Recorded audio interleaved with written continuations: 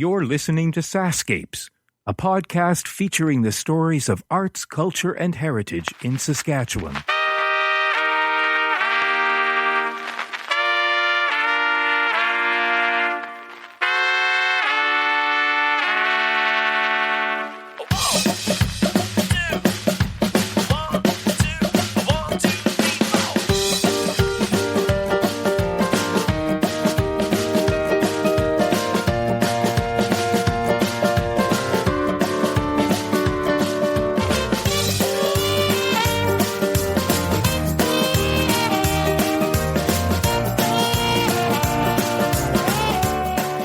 It's the great unifier and quite literally sustains all living things.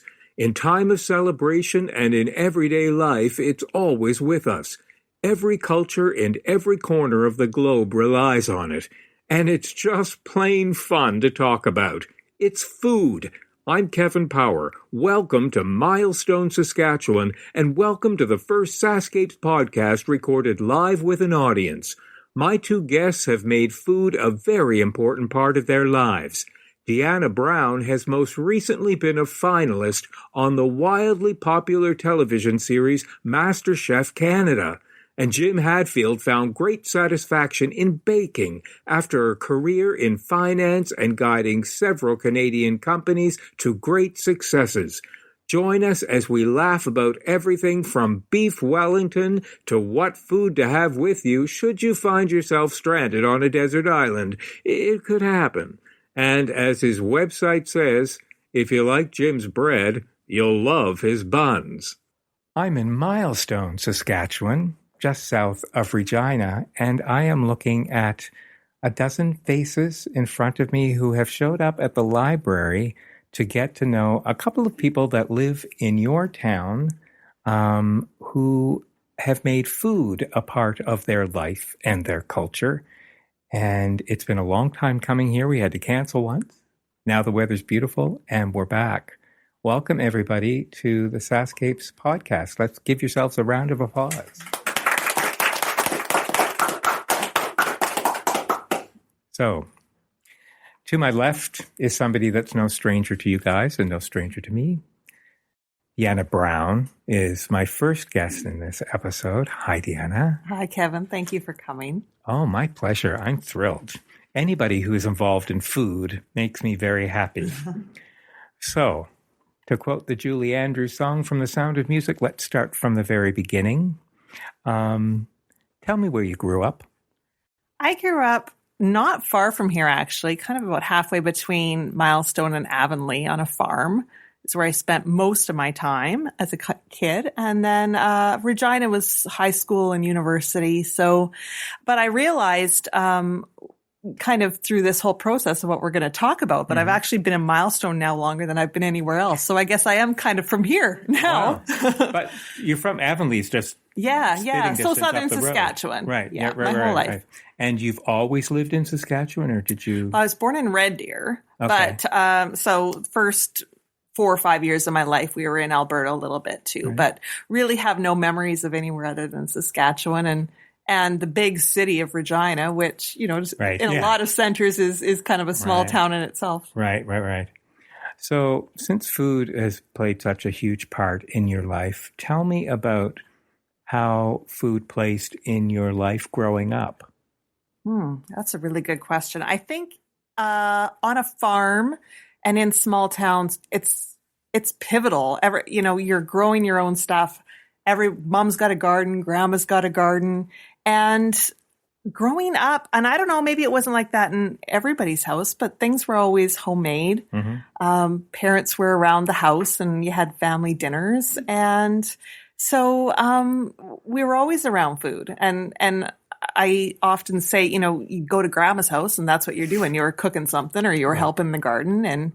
And so I've always played around. Mom told me recently that I really never cooked that much as a kid. And I said, well, I've been telling everybody I did. Like, I've been telling this story. I thought, what do you mean? That's all I remember. You lie. I guess all I have is food memories. So, well, what are those food memories? Your mom obviously cooked a lot. Yeah, of course. And grandmas too, being around and watching them. And what were some of the things? Like, I remember coming home this is sad culinary commentary, but to come home, I could, as I got off the school bus, I could smell Mom making fish and chips on a Friday because you never ate meat on Friday. And just that waft of the French fries coming down the road as I walked toward the house, I was like, oh, it's fish and chip day. Do you have, isn't that true? Yeah. So do you have sensory memories like that for food? I think so, but whether they'll come into my brain right now, I don't know. But I absolutely a certain smell. There's this one dish that Mom makes. And I've got the recipe, although I've not perfected it. But it's one thing that's got a very scent to it, and it's leftover. You make it with leftover ground or beef, like roast beef, and put it in the bottom of a pie plate. And I think it's got like tomato soup, like nothing fancy. Right. And then with a dough on top, and still the odd time I do make that. Just zip right back, to your childhood. Right. Yeah. Are there foods that are associated with Saskatchewan? Are there quirky dishes like we have back in Nova Scotia? Well, it's really in Acadia, with the French area of Nova Scotia, something called râpé pie, except it's sort of been bastardized to become Robbie pie is what they call it. It's grated potato, which really looks like paper mache, in a pie crust. And it looks quite hideous, but apparently it's amazing. Yeah. And that's something you just find there. Anything... These guys might be able to help out more. I think we're kind of, and with MasterChef too, I did lots with Saskatoons. I think Saskatoon berries are pretty huge on the prairies. I don't know if you would have them out We don't. east. We have blueberry. It's all blueberry country. So I think when I think of Saskatchewan, I think of Saskatoon berries. And we have a lot of a high Ukrainian population or descendants of Ukrainians. So I think pierogies and cabbage rolls and things like that are pretty popular.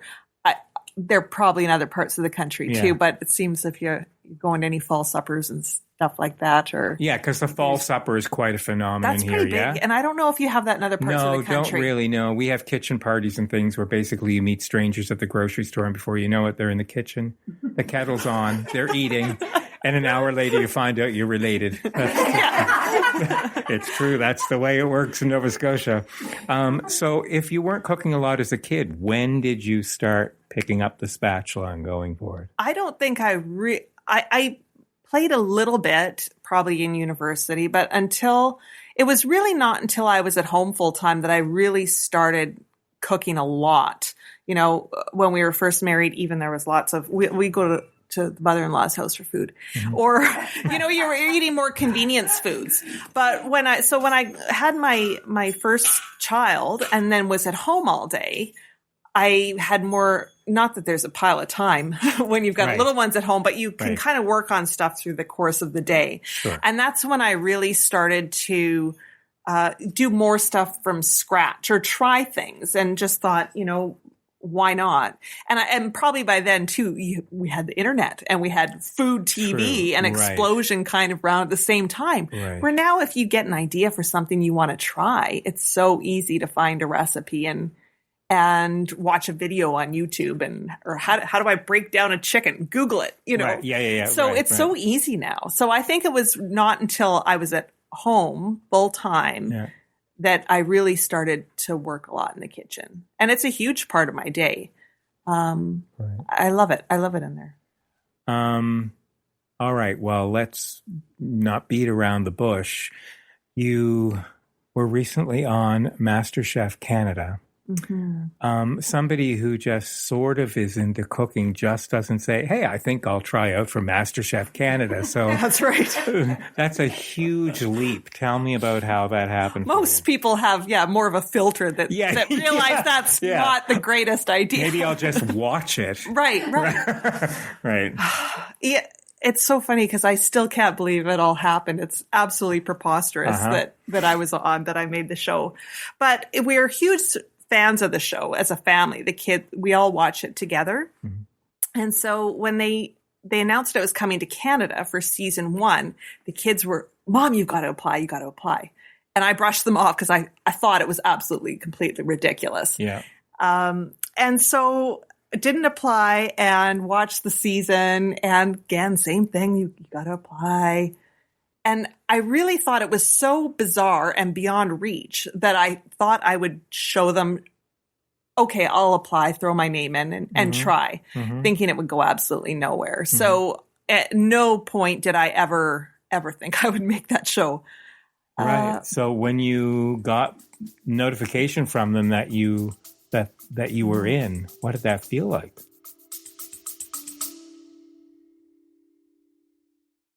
Hey, it's Kevin. I hope you're enjoying the episode so far. Just a quick reminder that the SaskScapes podcast is available for free on your favorite podcast app, or you can stream it from your browser. Check out the show notes for the link. On the SaskScapes homepage, you'll notice something new under the logo called SaskScapes Plus. You can't miss it. There's a big button saying support with a heart icon next to it. I'd love it if you could click on that button and help keep this podcast series going. When SaskScapes launched in May 2014, it was the first podcast in the province celebrating arts, culture, and heritage. In fact, you'd have been pretty hard-pressed to find any Saskatchewan podcasts. So I'd like to think that we paved the way. It's been because of your support that this podcast is now in its 9th year. Okay, that's it. Enjoy the rest of the episode. Oh, it was bizarre. Then I had to tell my husband because I hadn't even told him that I applied because I thought it was so bizarre. So I'm not going to alert, don't scare anybody because this is never going to go anywhere. Right. It was, and the kids, even when I told them that they called, they said, yeah, right. They didn't even believe it. And I think it took a long time to kind of sink in and realize that they had called. So it was so exciting. Did you have to prepare something on a video as part of your application? Yeah, the application was a lot of questions similar to ones you're asking now as far as, when did you start and food memories and who inspired you and all those things. There was a video. Yeah, you had an option to submit a video, and I did do a short one. And then you had to create a dish to kind of pitch them an idea for a dish. So I did that too. And I believe, I'd have to look back, I believe it was a trout dish that I pitched. So that was the initial stage. You didn't have to make it, you just pitched No, it. you just kind of pitched the idea. And did you know had you tried this recipe already? I had tried elements of it, but never... I don't think I've ever still made it, actually. It was sort of, I've done this, bring this in. It was all elements that I'd done, but I don't think, maybe to this day, I don't even know if it's ever been made. I should go do that. And maybe chocolate sauce in theory might work. It must have sounded good enough to them. Right. And that's kind of my thought too. You just make it sound good catch, something caught their attention. I still don't know what it was. Right. And then after that, once they called and expressed interest, it was about an hour-long phone interview I did with them. And I think they were feeling you out, more questions and trying to get an idea maybe of your personality, because that's hard to decipher over an online application. Yeah. And then they invited me to come out to Calgary. And that's where then I actually had to create a dish for them for that. So you had to prove a little bit that you weren't all... Were you nervous for that? Yeah. I think that's a hard question. Probably not as much as I should have been. Okay. Through the whole process, I don't think I've ever been as nervous as I should. I'm a firm believer in ignorance is bliss. And that was it. And the whole time, and even now, I'm thinking, this is crazy, so I'll just do your best and whatever happens. And I was so excited through the whole thing. Every little piece that you saw, because I love the background and backstage secrets and stuff. So every little piece you saw, I was just like, oh, I can't believe they asked. You'll never guess the question they asked me. And that was so I think I wasn't approaching it as a competitor. I was approaching it as wanting to find stuff out. Right. So what did you learn? What are some of the things that you learned? Well, a lot of them I can't say. Okay, sure. I understand. Which hurts. No, I don't mean about people, but I mean, what did you learn through the process for yourself? About myself. What did you discover about cooking that you had not known prior to that? Did you find a different kind of passion? Were there things that seemed in theory that would be easy to do that turned out to be difficult?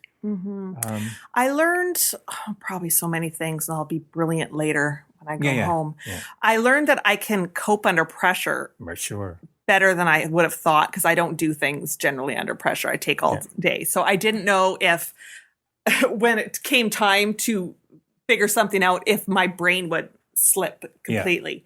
So I did learn that about myself, is that I can cope under pressure a whole lot better than I would have thought.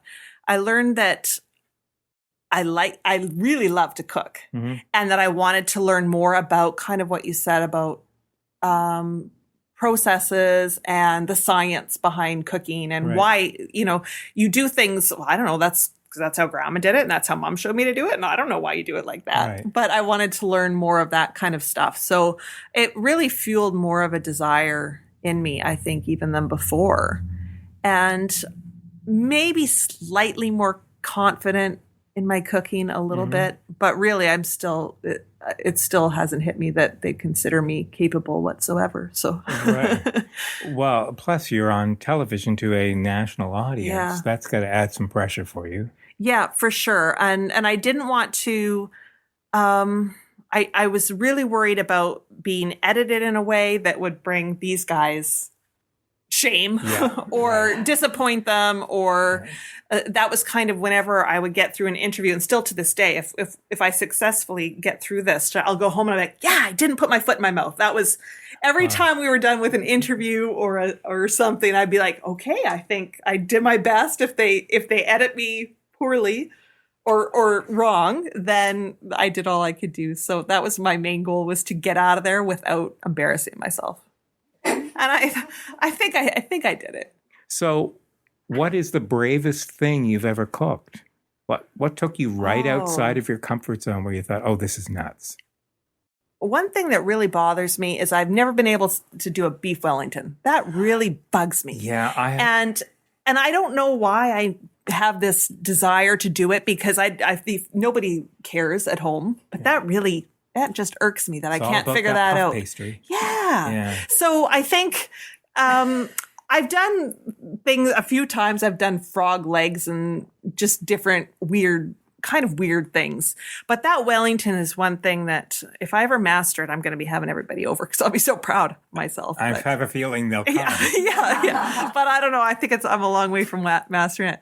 But it's just one of those things that I kind of got in my brain that a really good chef should know how to do a beef Wellington. Yeah. So I'm not there yet. But I'd like to know I'd like to make a really good tiramisu. Yeah. Which in theory isn't difficult, but how did she do with the cake, you guys? Excellent. Great. Okay. So There's more. You've mastered the cake. I guess so. And then, is that something you made up? Yeah, that cake that I brought tonight. So it was actually a dessert that I made. It was one of the first desserts that I think I thought was pretty fancy and that I would make for special occasions, like a special birthday or something. And so when I was trying to figure out, okay, now what am I going to make for MasterChef? I was going back through old recipe books and something, and I remembered that cake, and I thought it was something that I could do. We have to do it within an hour, and that is the case. A lot of people think that maybe that clock isn't what it is, but it really is. It's an hour. That's all we have. So it was something I started thinking about how I could kind of adapt it. And I brought in the Saskatoon berries that we were talking about as a little kind of typical to Saskatchewan. And so that was, we had to give them a couple of suggestions of things that we would make. And that's what they asked me to make for my auditions. So I think it's really fussy, because for the show I did a 10-layer. It's got 10 kind of wafers, and it's filled with whipping cream and berries, and it's fussy. Doesn't that start to slide eventually? Yeah. Well, in an hour, it doesn't have a whole lot of time to go too far. So, and that was another element that was a little tricky. We ate that cake. That's probably why I haven't made it till now, is we probably had it 4 or 5 times in the weeks leading up to MasterChef, because I was trying to get it just right, and that it would be at the right texture within that 1 hour. Because it's kind of, you got to have a little bit of time for the wafers to soften, or else they're just like a hard cookie trying to cut through. So that was my biggest fear, was that they weren't going to get softened in time for the chefs to cut into it. And of course, when you watch the show, you can see them cut. And if you would have seen my face, it would have just been like pure elation that it went through. And, Right. and I remember when I came out, I think my husband asked me that, did it cut? Okay? Or somebody, one of the other contestants said, because I said, that's all I'm worried about is that this cake's going to cut nice. So that was that was a huge relief, that one. Now, you didn't win, but I do know that you walked away with a tremendous sense of pride at what you had accomplished, yeah? Yeah. And I think it was not so much the cooking accomplishment. It was that I braved it. Yeah. Because I'm not an overly brave person. And I'm not so much for the limelight. And I know... going on TV and stuff like that does not express that, but I really would just as happily be in the back corner, Oh, I would not peg you that at I all. know, and it's very true. So the fact that, and I really put in my application to kind of show the kids to put yourself out there, and you never know what's going to happen. That was really my goal, was to show the kids, pretend I was brave, thinking it would go nowhere. So, right. So that was my biggest sense of pride, was that I was able to function and remember a recipe. And, because even with a cake, you've got to remember quantities, and I didn't know if my brain would work under that stress. Right. So that was my biggest sense of pride, was just that I was able to perform and that I got out there and did something so crazy, and that the whole country, when you think a couple of million people are going to be watching you, is kind of a terrifying thought. No kidding. Yeah. You mentioned frog's legs. Apart from frog's legs, what's the most bizarre thing you've ever eaten? Ever eaten? Gee. Tell me it's a bug. I don't think I've ever ate a bug. Okay. I don't think I have any desire to eat a bug either.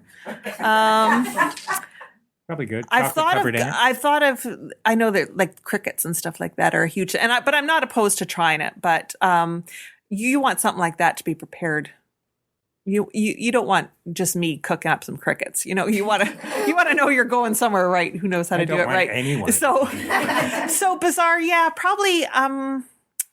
Maybe like more like a raw sushi type or like a raw fish. I'm not too afraid with stuff like that. Right. What's your favorite food? What is on a scale of 1 to 10, what food just you look at and go, I can't resist that? It's an 11 or a 12.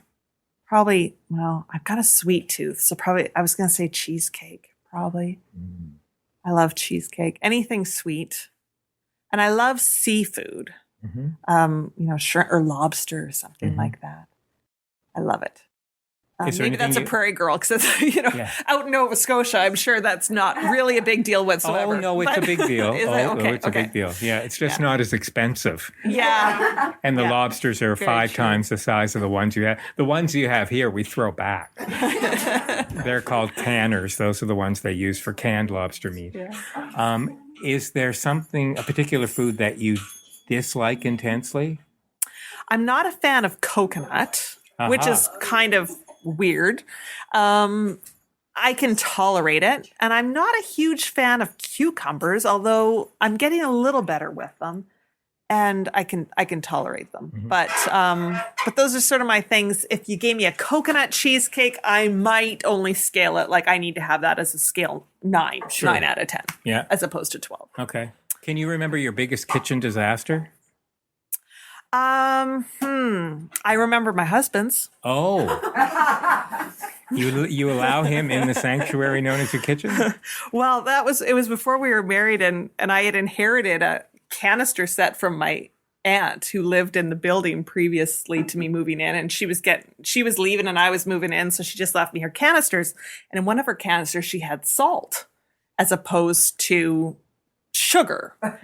And so he one night decided he was gonna, and I don't know where I was. Like I said, I wasn't as controlling in the kitchen. It wasn't just my territory. So he was making some kind of a fruit salad and didn't check, assuming it was sugar, and the fruit salad got salted. And it was not good. It was not, you couldn't choke that one down.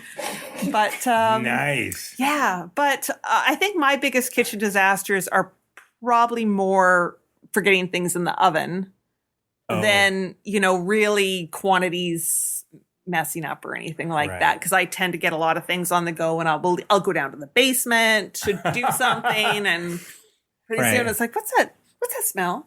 So I burn, it's not uncommon for the smoke alarm to be going off in my house, but it's not necessarily bad cooking. It's just bad time management. In your Twitter handle, you have Procrastinator Extraordinaire. Right. Do you know what that is? Well, procrastinate lends itself to being procrastinate. Yeah. That's how I procrastinate. I'll go bake something. So, for instance, in the morning, I'll, get the kids off to school. Instead of going out for a run, I'll bake a batch of cookies. I know that feeling. Yeah. So I'm not a procrastinator. I procrastinate. Right. So I'll get something going. And often I have to get up, and if I've got something like, the cake or whatever that I was going to do, I have to tell myself, when you're done these 3 things, then you can start the cake. Because otherwise it gets away. Right. And time. What's your favorite kitchen gadget? What's the thing you use almost every day? I use my KitchenAid stand mixer. What color? Several times. I've just got white. Boysenberry. Oh, nice. Nice. Kind of like the color of your sweater. Wow. Yeah, I use it all the time. Last November, I got a Vitamix. Oh. And it's pretty sweet too. I use it a couple times a day for sure. Right. Vitamix is not a sponsor of the podcast. No. You got the Rolls Royce of blenders. Yeah. So those are kind of my luxury. That's definitely my luxury item. Do you, like everybody else, have a clutter drawer?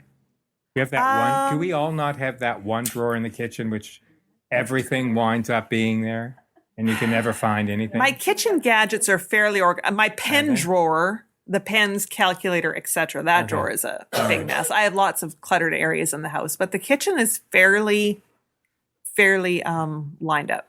Wow. That's not typical. Well, most people wouldn't put themselves on national television either.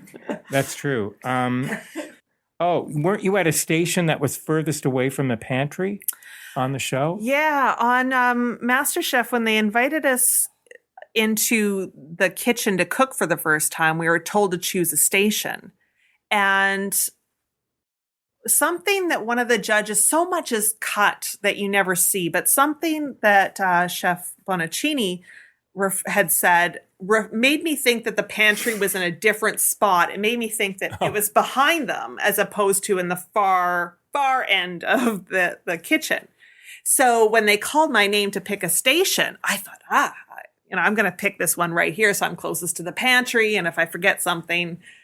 And so I picked that station. Turns out it was in the very front row. And I'm sure most people thought I picked it just to be on television, so that the camera's got a good shot of me. Even that wasn't the case at all. I thought I was close to the pantry. And so then when they told us to cook to run to the pantry, everybody darts off the other way. And I'm like, no, I picked the one farthest away. So did you get the dregs, the leftovers? No, there was plenty of food. It was just, there was plenty of stuff. It was just all that much longer to go if you had to go back for something. But anyway, it made for a good shot. You could see me. Right.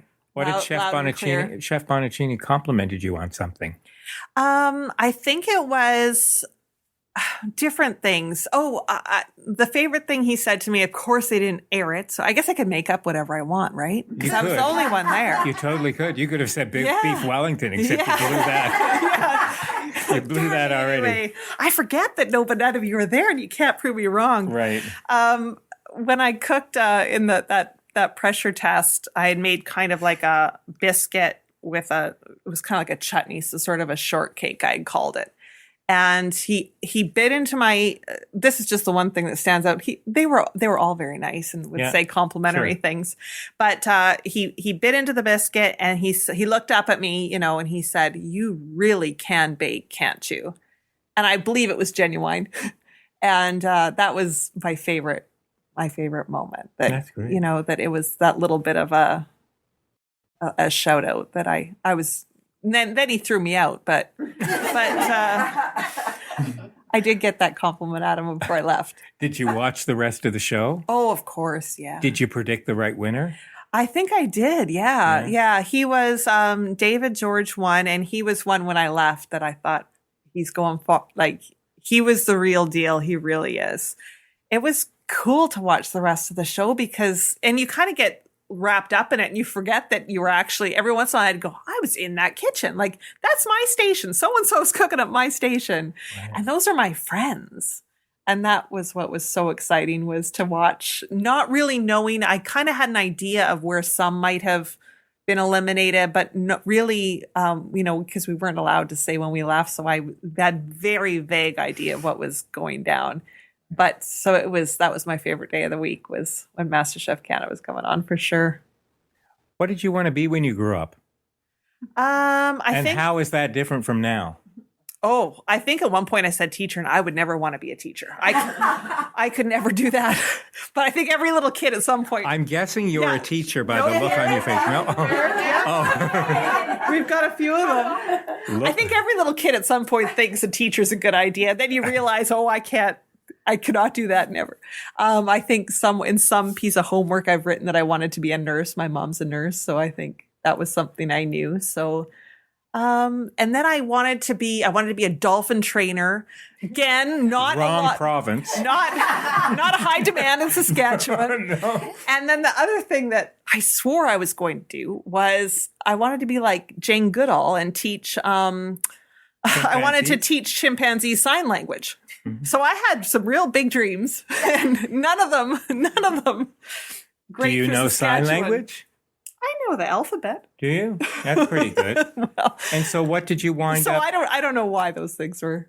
Apart from your career as a mom, what else did you find yourself doing in your life? Well, I did.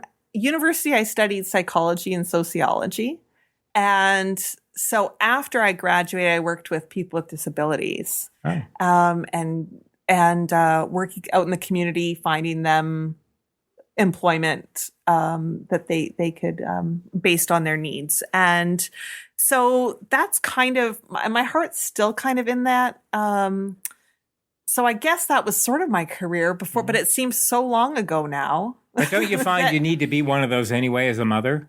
Oh, absolutely. It's, and, I've often thought, I've got this university degree and I'm not doing anything with it. And the friends have said it's not going anywhere, And I thought once the kids got back in school or were in school full time that I would get back into the workforce. But I find there's so much at home to be done, and that I like to be here for them too at lunch or after school, that it's kind of hard for me to get back out there. So anyway, who knows? Okay. Oh, I have the feeling you're the kind of person that will just go, I think I'll do this now, even if it makes no sense. Oh, I do a lot of that. I do a lot of that. And, and I'm still amazed by the doors that have opened through MasterChef Canada, the people I've got to meet, and still doing media and stuff like that all these months later. And so many people said, you're such a natural on television. And, so I don't know. I don't know what's ahead. But what about your own bistro? Does Milestones have a bistro? We need a bistro. That's something my daughter, you met her, Emily. Yeah, she wants to have a bakery, and that seems like that's Jim's. No, you don't want competition. Jim's thing. No, but that's just so much work. Like I like to take off for a week or so. So, so I think I'd prefer to go in and work with some really cool people and put in. We're fortunate, I guess, because my husband farms, and there's lots to be done with that as well. Sure. We're in a fortunate position that I don't have to go out and do something to make a few bucks here and there. So I can kind of do a little bit more of what I feel passionate about, or helping out or volunteering. So at this point, anyway. So if you did go out, and going out somewhere meant you had to get on a plane, and should that plane crash, but gently crash. Okay, so I'd rather it wasn't gentle, because I don't want to know it's going down. It was a soft landing on it. It was a soft landing on a stranded island. Okay. What 3 foods could you not do without? That's that's a question they asked me. I think for I'm so original. Well, he only asked for one food, actually. I'll But give you no, that's 3. interesting. See, you think. Yeah, You guys, apparently. you're all producers, see? Right. And one thing I said was cheese, because I could live off of cheese. And then if I can have 3, then I'll take a cracker as well. And now we need a bottle of wine. And then I was going to say, you didn't say drink, so I assume that wine's just there. Yes. So that cheese and cracker, Cheese, cracker, and then boy. yeah, and Gosh. probably something sweet like chocolate or something like that. Well, I guess I'll throw the beverage in for free. Okay. Well, I'll take the wine. Red or white? White. White. Yeah. Me too. Yeah. Okay, then you don't have But I'm not that fussy. But then you don't have to go with a dark chocolate. If you chose red, then I feel you have to go with a darker chocolate. I think that makes sense, but if it's a deserted island, I'll take cares, whatever. right? I don't. Yeah, I'll take whatever's there. Yeah. Okay. Great. What else do you want to tell me about you? There's a question that I'm going to ask you and Jim and all of you, just to see Oh boy. what your thoughts are. But I'll wait till we're done with both of you. But anything else you want to add that I skipped over? I don't know. I think you've done a great job, but kind of through all of this, I was just hoping, and that was sort of my theme. So the more I can say it, the more I can hammer it into people, the better. Is just that from when I left MasterChef, I just thought, I just want someone else to step out of their box, whether it's one of my kids or an older person or a teenager, to just sometime that you think, I can't do that. That's just preposterous. Or I would fail at that. I was sure I would fail at some. Inevitably, you're going to fail at some point. But just go, who cares? Try it. You don't know. And so I threw my name in, and that's just what when I left, I just thought, I just hope at some point somebody else thinks of me and goes, she did that. That was absolutely crazy. And she did it, and she survived. Maybe she failed, but she survived. And that they go out and do something a little out of their element too. And I think that kind of always would have bothered me, that, I wonder if I could have seen it. Yeah. Just even to see the set and all that. I wonder what that would have been like. Now I know exactly what it was like. Yeah. I hope you're enjoying this episode.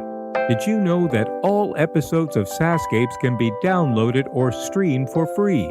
You can find us in the iTunes Store, on Stitcher Radio, and at iHeartCulture.ca.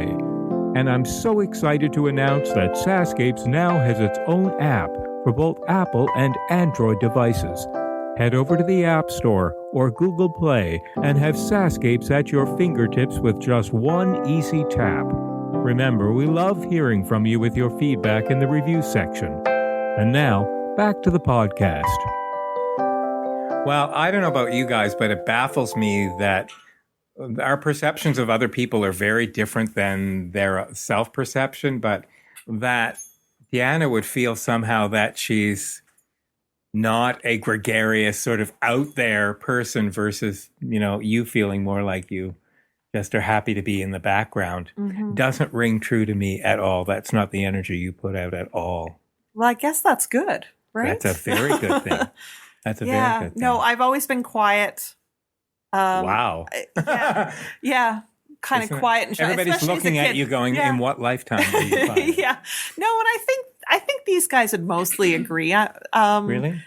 I think so. Have you all been invited over at some point to eat at Deanna's? No. At the rink, we worked with her and she brought See, I like delicious fruit. Oh yeah, that's right. right. Yeah.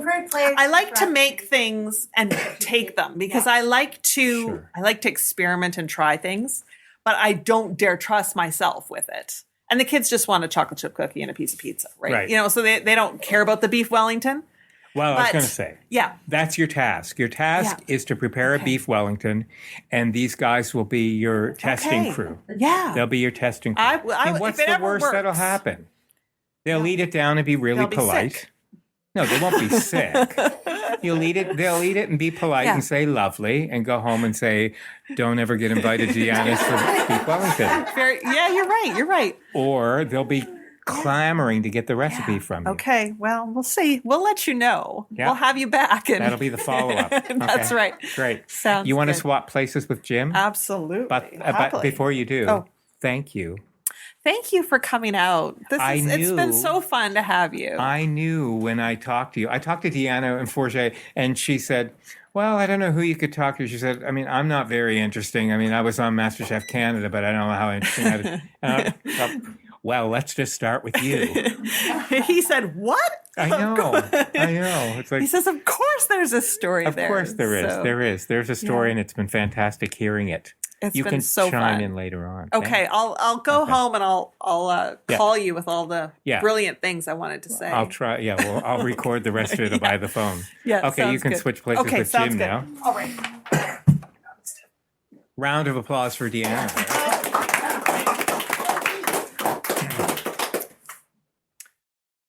Jim Hadfield, how are you? I'm very well. And yourself, Kevin? I'm excellent. Now, Deanna's spoken a lot about thinking outside of the box, outside of your comfort zone, and I think that pretty much describes your entire life's journey.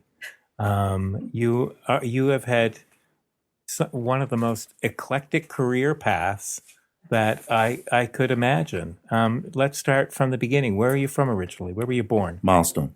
You were born here. Well, Regina, but Okay, and you've lived here all your life. with the exception of 5 years in Regina when I was going to school, and when we were first married, 2 years in Gray, but the rest of the time has been here. You've seen this town change a lot. Oh, yes. Has it gotten smaller?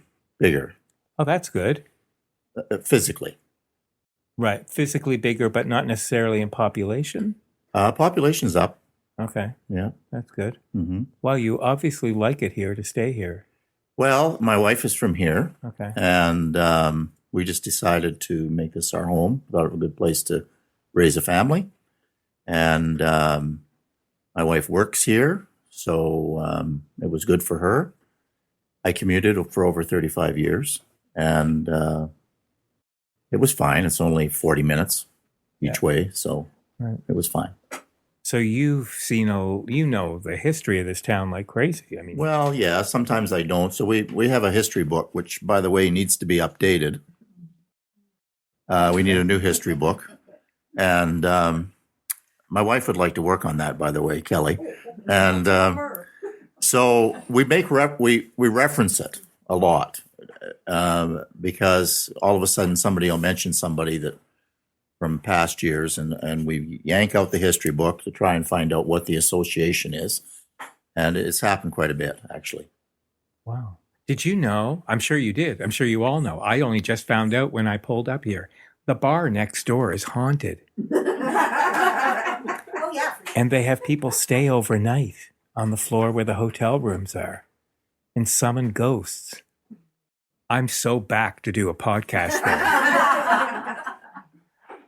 So you started your career path as an accountant, That's correct. a bean counter, as I A call bean it. counter.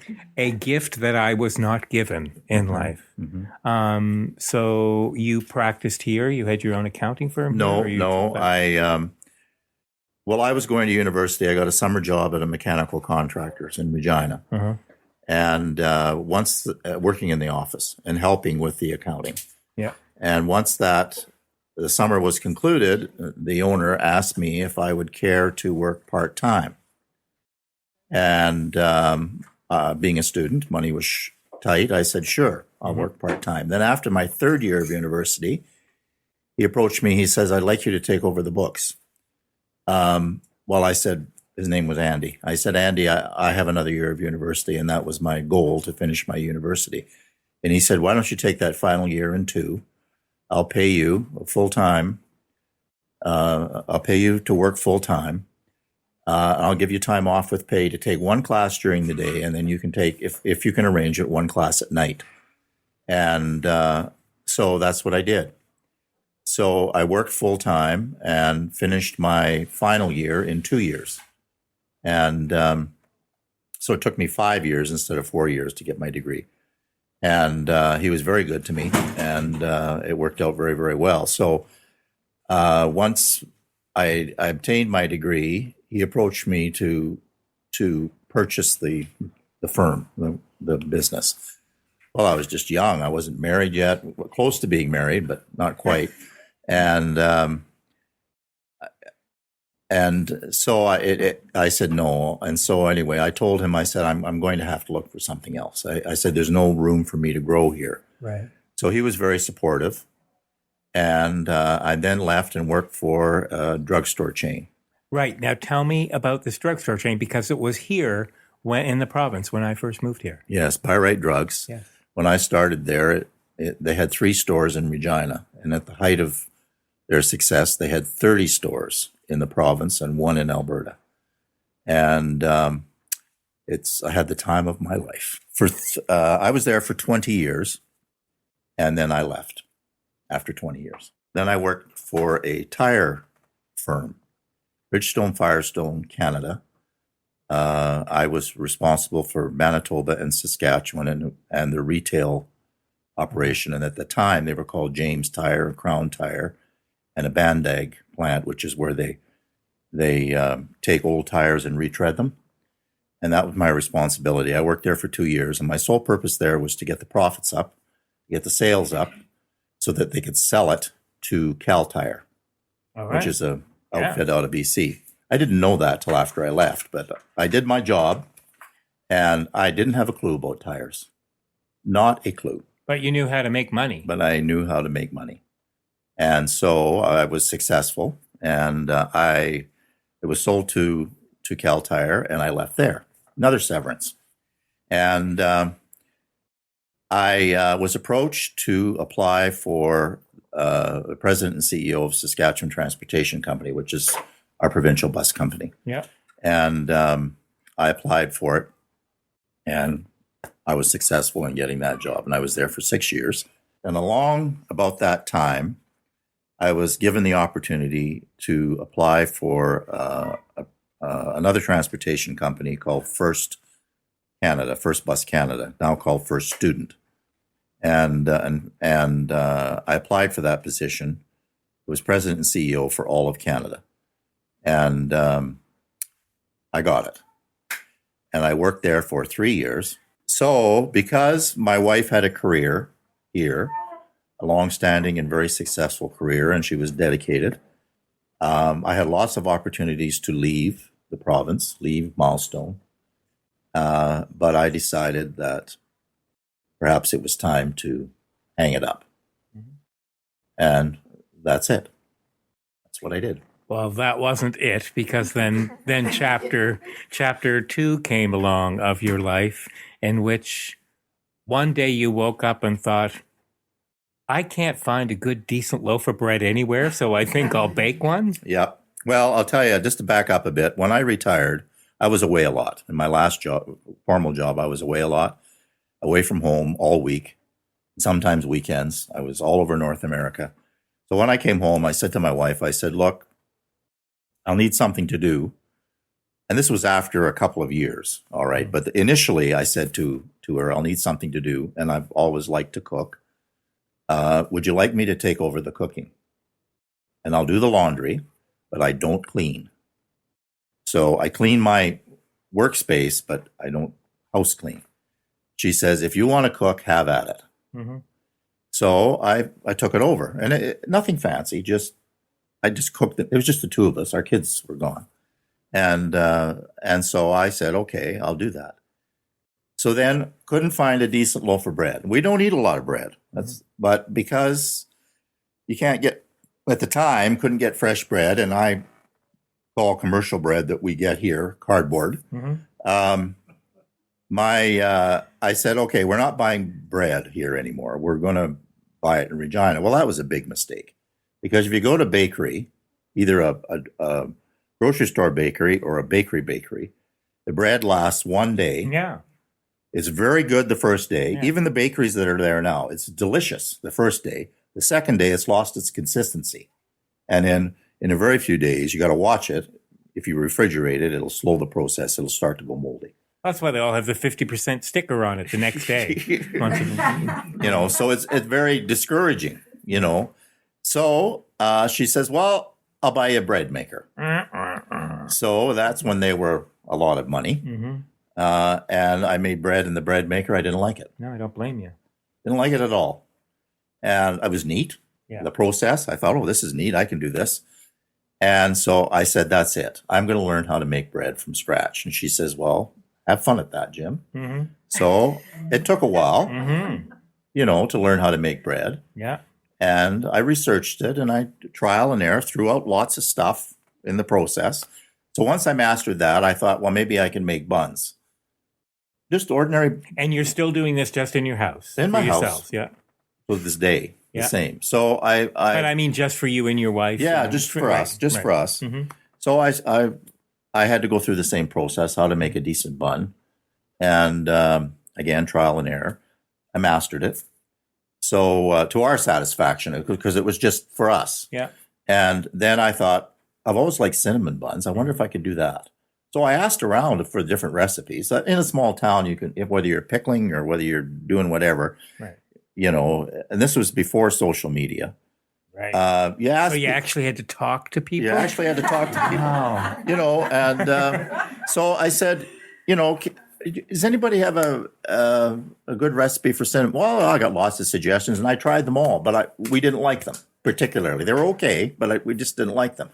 So I researched it, and I tried, and what I have, just kept making different ones, threw a lot out. And Did you try the ones in the skillet? nope. There's a recipe where you crowd them all in a cast iron frying pan. Oh, yeah, I've You put seen the that. whole thing, Yeah. So anyway, I finally mastered it, make a Okay. long story short. With the cream cheese icing? No. The whole 9 yards? No. I do make those now Okay. with all that, but no, I just a basic cinnamon bun. And it was a 4-inch bun. Yeah. 'Cause I like a big cinnamon bun. Yeah. So I got asked, I belonged to our local, at the time, belonged to our local community theater group. Oh. And we used to have a ticket day for dinner theater. And that was the practice of the group to provide breakfast for the people who lined up for box office. Mm-hmm. When we had a box office day, and they'd stand out there for 24 hours in advance and line up all night. So over here in the hall. So we thought it would be a nice gesture to be able to make them breakfast in the morning and charge them a nominal amount for breakfast. And so we were always doing bacon and eggs. So one particular year, they decided to do muffins and fruit. And one of the members said to me, Hadfield, bring you some of your cinnamon buns, because they all knew I baked, and I guess my cinnamon buns were pretty good. So I brought them. A lady from Regina, who had been standing in line or sitting in line, said to me, I've never tasted a cinnamon bun like this. Mm-hmm. You need to go into business. Well, I laughed. I went home, told my wife. She laughed, rolled her eyes. And 3 months later, I thought to myself, why not give it a try? Yeah, right. Why not give it a try? What Yes. have I got to lose? As he points to Deanna. Well, I admire her so much because she just, why not give it a try? Yeah. Yeah. Well, so it doesn't work. Try something else. And it sounds like during your professional career, looking after people financially, businesses financially, you weren't feeling like you were missing something in life, right? You enjoyed that. So this wasn't a case of, darn it all, I'm going to follow my bliss once and for all. No. Wasn't a midlife crisis or anything. No. It all started because I couldn't get a decent loaf of bread. Right. Anyway, Just looking for the drama. So she said you need to go into business. So 3 months later, I started putting up a few posters. We have a local rag here that comes out, I think, every couple of weeks or so. Mm-hmm. And I put an ad in that, and I started to get calls. Just a few calls. Then I told my investment guy in Regina, and I told my barber, and I got some business out of Regina. Just a little bit, not very much, but I was having fun doing it. And I thought, well, I better be starting to add products, not just do white buns, white bread, or whole wheat, or multigrain, and cinnamon buns. My wife said to me, you need to do smaller buns. Not everybody can eat that size of a bun.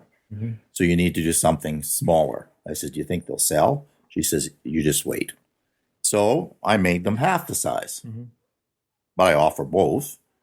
And yes, they did sell. So then my cousin arrived from Vernon en route to New Brunswick in a motorhome. His son and his wife do website development. Uh-huh. That's their business. And they live in South Africa.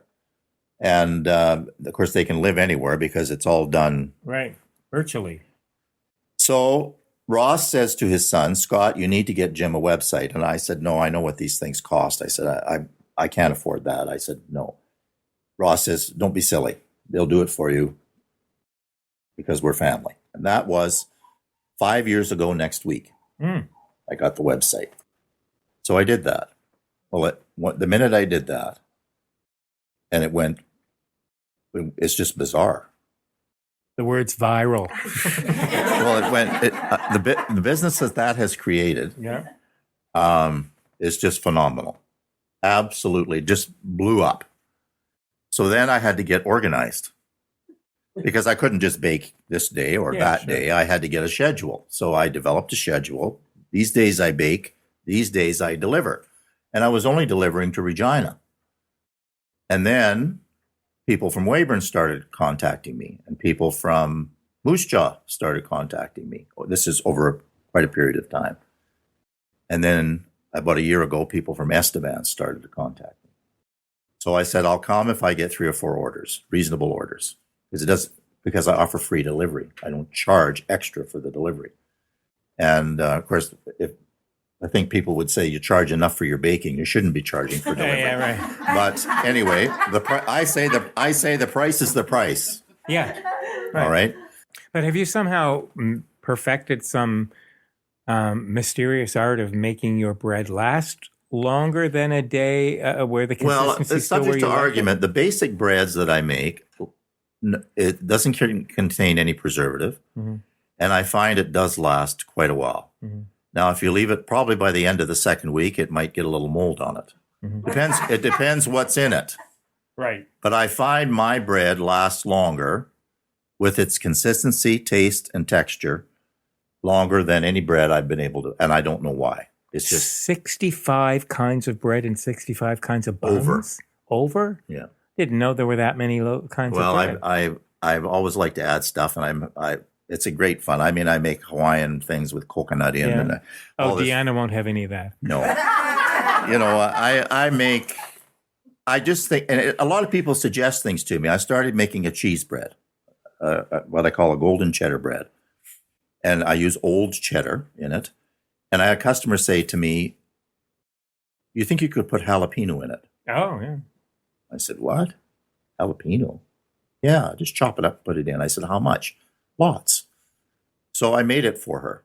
And I put in what I thought was lots, about half a cup of chopped jalapeno. Yeah. And it, looked great. I never tasted it because it didn't appeal to me at all. I took it to her. She got back to me and she said, Jim, it's very good, but you didn't put enough jalapeno in. I said, well, how much should I put in? She says, whatever you put in, double it. So fine, I'll do that. So people do make suggestions, and I now put jalapeno in buns, and a very big seller, jalapeno cheese buns. And I make these twists. They're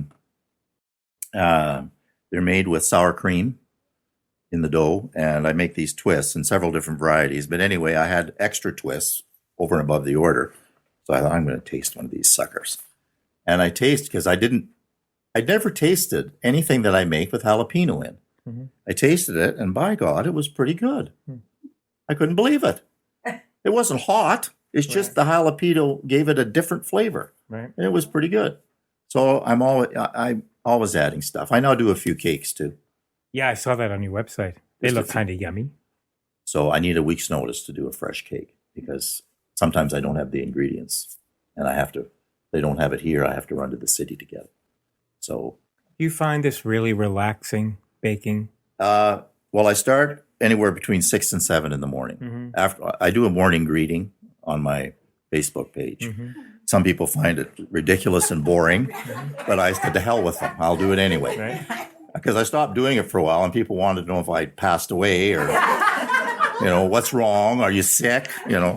So anyway, and I rant a lot, and because I have a lot of opinions. I just express them. I figure at my age, I can say whatever the hell I want. Sure. I don't care what anybody thinks. So I do my morning greeting, and I wish everybody a happy anniversary or a happy birthday that I know about.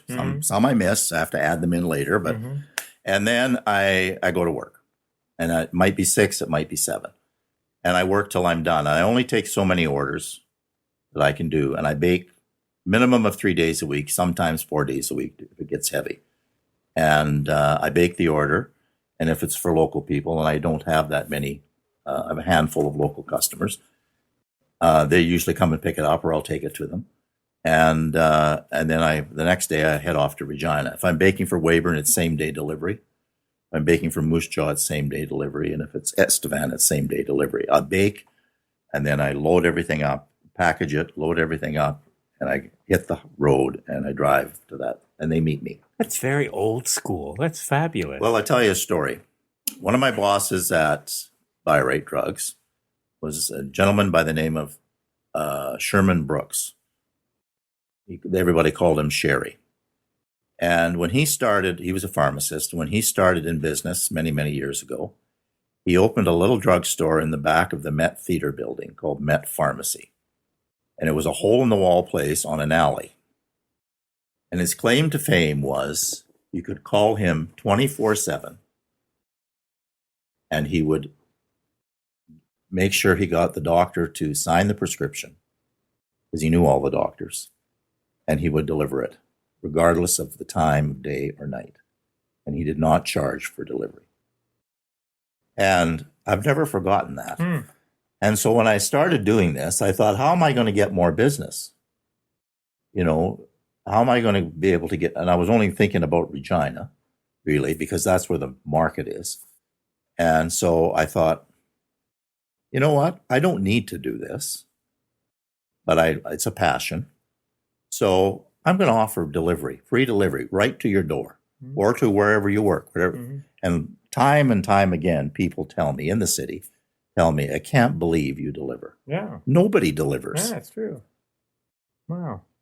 Do you have fond memories growing up of baking in your home? Not particularly. Darn, I wanted another dramatic story. Well, the story is how I started to get onto cooking is my mom had to have surgery, and my dad was a farmer, and he didn't have a clue.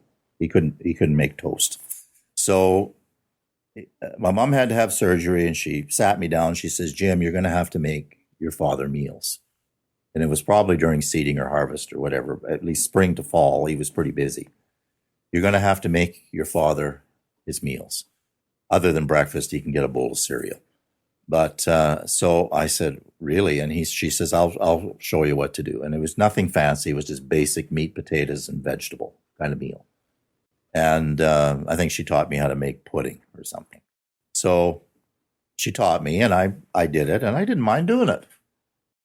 I really didn't. And so the odd time growing up, my first job in university was actually flipping hamburgers in an A&W, and I really didn't mind that either. Not that it's all that creative. It isn't. It just you sweat and flip hamburgers, right. But I didn't mind it. So then, when we were married, once in a while I'd help out in the kitchen. But I kind of liked it. You know, it was fun. And then when this whole bread thing started, I found out, you know what? I really enjoy doing this. So I bake a minimum of 3 days a week, usually.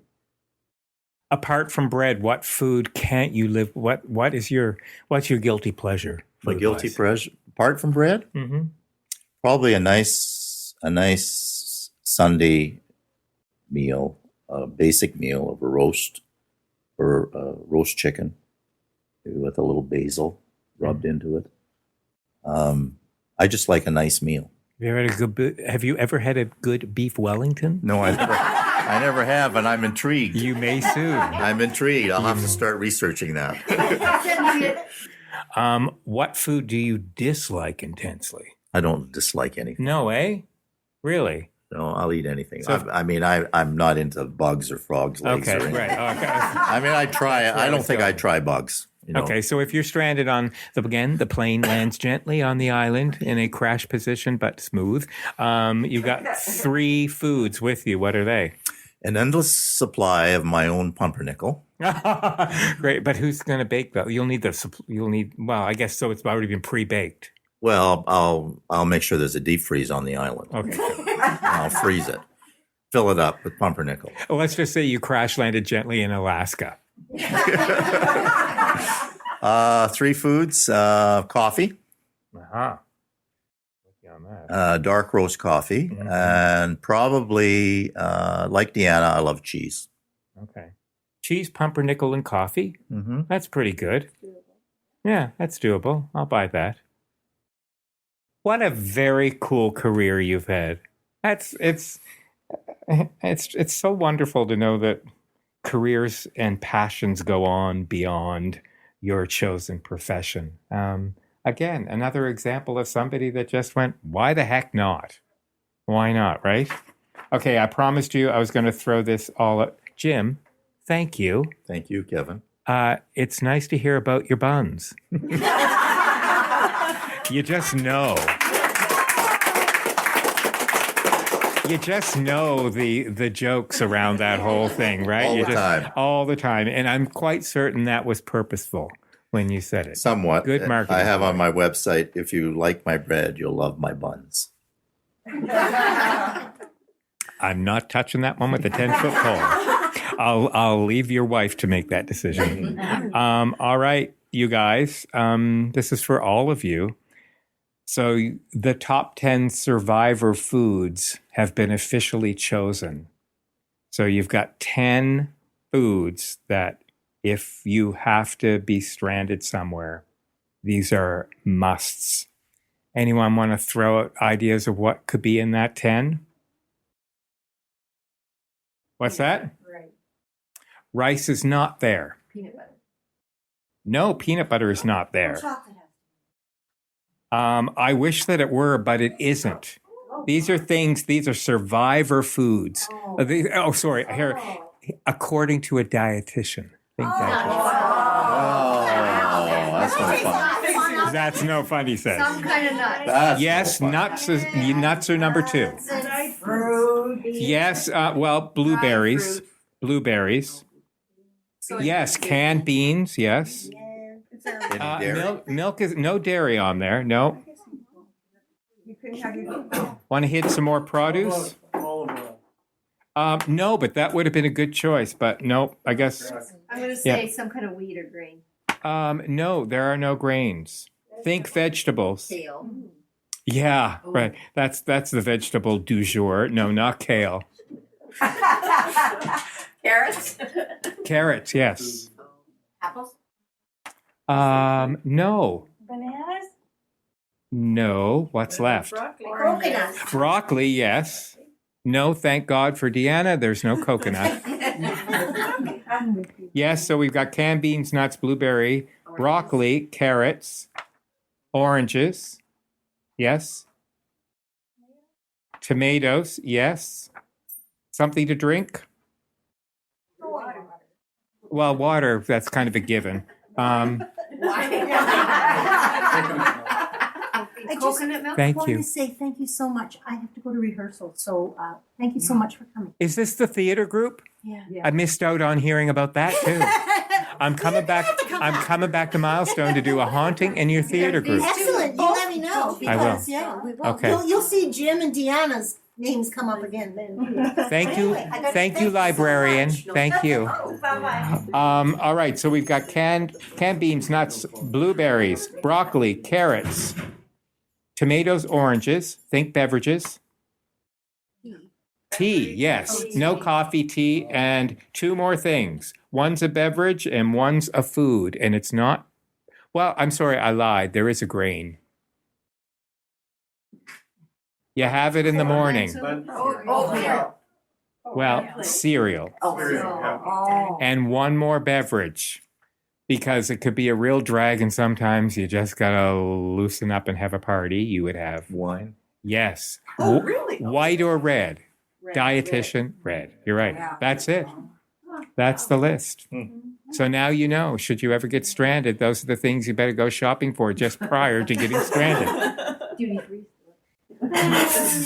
Well, clearly I haven't tapped into all of the stories in Milestone, but I've tapped into 2 fabulous ones. And I have to say, you are, again, the official first crowd that has been attending as an audience for a live podcast, and you've hit it out of the ballpark. You're extremely wonderful to show up. I'm so happy. I was terrified nobody would.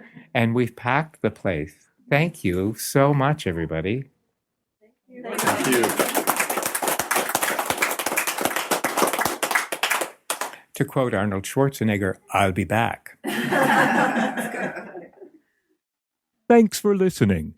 The SaskScapes podcast is created and hosted by Kevin Power for Sask Culture. Funding to the cultural sector is provided through the Saskatchewan Lotteries Trust Fund for Sport, Culture, and Recreation. For more information, visit iheartculture.ca and saskculture.ca. Music for SaskScapes is provided by Saskatchewan-born singer-songwriter Jeffrey Straker. There's no end to the stories to be told. So, until next time...